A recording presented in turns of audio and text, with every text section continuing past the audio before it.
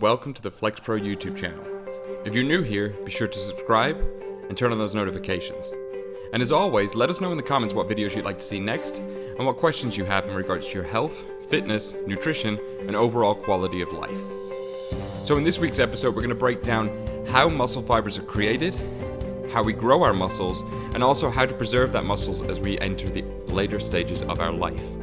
So without further ado, let's jump into this week's episode. Before we get too deep in the weeds here, we need to clarify what we mean by muscle. Some of you may remember back from episode 1 that muscle is one of our 4 distinct types of tissue, along with nervous, epithelial, and connective tissue. Each type of muscle has a different function, and there are 3 types. We've got 2 types of muscle that we control involuntarily: the special cardiac muscle in our hearts and smooth muscle around our blood vessels and certain organs. We don't consciously contract our heart muscles. Thank goodness, that would be exhausting. The focus of this episode, though, is skeletal muscle, the type of muscle that lets you move your body. Skeletal muscle is the most massive group of tissue in your body, making up for a serious chunk of your body weight. So where does it come from? This tissue is one of the first ones formed while you're still an embryo, so that's where our journey begins. In your early days as an embryo, your cells divide into 3 distinct layers: the endoderm, mesoderm, and ectoderm. Literally the inner, middle, and outer layers. These layers become the different tissues of your body, and it's the mesoderm that we're interested in.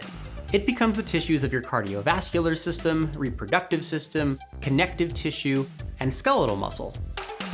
During development, you have cells in the mesoderm layer called myoblasts. These things are cells that are dedicated to becoming muscle fibers. Myoblasts grow and replicate until they encounter a certain chemical that gets them to start the process of turning into proper muscle. After they encounter that chemical, if they bump into another myoblast, they'll start linking together into chains of myoblast cells. Now, one thing that makes skeletal muscle fibers unique compared to cardiac or smooth muscle is how it has multiple nuclei in each fiber. That's because during this next stage as an embryo, myoblasts fuse together into structures called myotubes, then they ditch their individual cell membranes as they fuse into one fiber. Each myoblast had a nucleus, so the myotubes, as well as mature muscle fibers, have multiple nuclei too. Some of those myoblasts don't differentiate though, and they hang around as satellite cells, a type of cell that sometimes gets called muscle stem cells. These things are super useful. Our mature muscle fibers don't divide like other cells do, but satellite cells can divide and grow if our muscles are injured. Although that statement comes with a lot of "it depends" attached to it. There's quite a bit that can influence how those satellite cells work. At this point in the journey, you are a human that's alive in the world, crawling around with about 600 muscles, eating mashed bananas or Cheerios or whatever they feed to babies these days. I don't know, I don't hang out with any. From the time you're a newborn to your younger years, you keep roughly the same number of muscle fibers, but each one gets bigger because of those satellite cells. This muscle cell growth is called hypertrophy, and it explains the vast majority of muscle growth that happens in your body. Okay. We might be getting a bit too scientific here. So let's simplify it a little. Let us break it down for you. Muscles need your constant attention because the way you treat them on a daily basis determines whether they will wither or grow. Say you're standing in front of a door, ready to pull it open. Your brain and muscles are perfectly poised to help you achieve this goal. First, your brain sends a signal to motor neurons inside your arm. When they receive this message, they fire, causing muscles to contract and relax, which pull on the bones in your arm and generate the needed movement. The bigger the challenge becomes, the bigger the brain's signal grows, and the more motor units it rallies to help you achieve your task. But what if the door is made of solid iron? At this point, your arm muscles alone won't be able to generate enough tension to pull it open, so your brain appeals to other muscles for help. You plant your feet, tighten your belly, and tense your back, generating enough force to yank it open. Your nervous system has just leveraged the resources you already have, other muscles, to meet the demand. While all this is happening, your muscle fibers undergo another kind of cellular change. As you expose them to stress, they experience microscopic damage, which in this context is a good thing.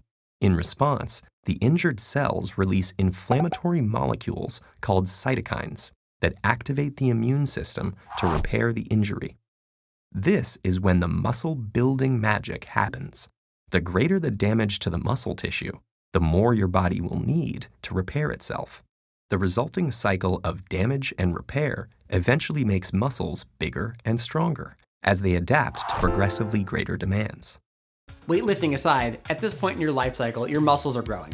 After a few years, puberty happens and your muscles grow again. And your muscles keep growing in size and strength until about your 20s and maybe 30s. It seems kind of silly to say this, but every body is different. Your body is still awesome regardless of when your muscle mass peaks. I also included that maybe in that last line because nothing special happens to your body at the stroke of midnight when you turn 30, although that is when I got my first gray hair. As life goes on and you creep into your 30s, this is about when aging starts to have its effect on your muscles. Sometime after your 30s, you'll lose about 1 to 2% of muscle mass every year. By age 70, you're looking at 25 to 30% muscle loss from your peak. This aging-associated muscle loss is called sarcopenia, which involves a few long-term processes that all happen at the same time. It's kind of a weird in-between term that sometimes refers to a disease, but also just being a thing that happens as a result of age-related changes.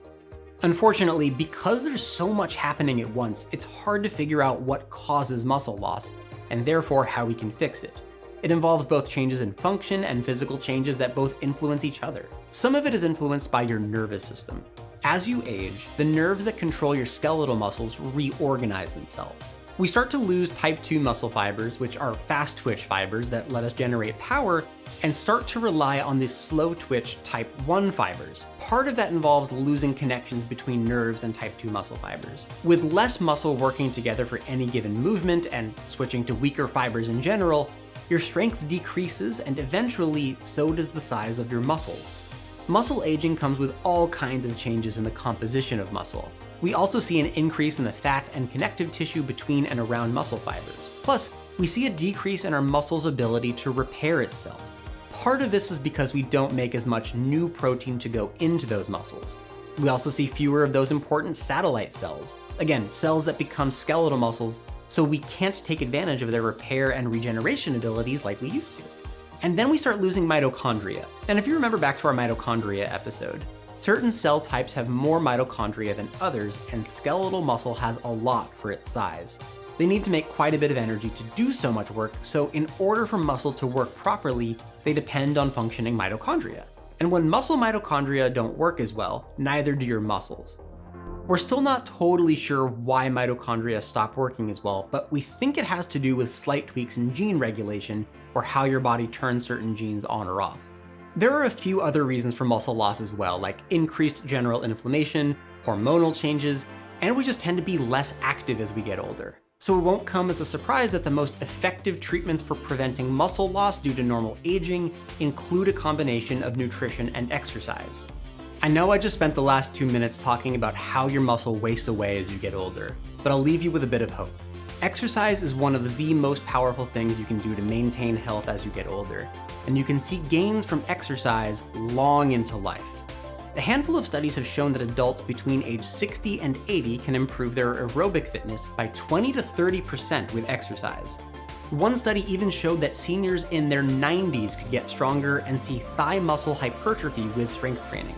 This becomes a huge deal when it comes to staying independent and avoiding falls. Studies use different styles or prescriptions of exercise, but they usually include some kind of weightlifting component.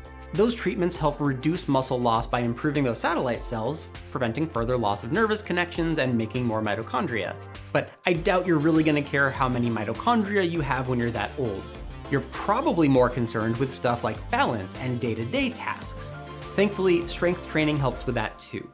Going into the future, researchers are working on identifying the finer details behind sarcopenia and how to best treat it, maybe with drugs or other strategies. In the meantime, I'm strangely motivated to lift all of a sudden. So there you have it, guys, the ins and outs of how muscle fibers are created, utilized, and preserved.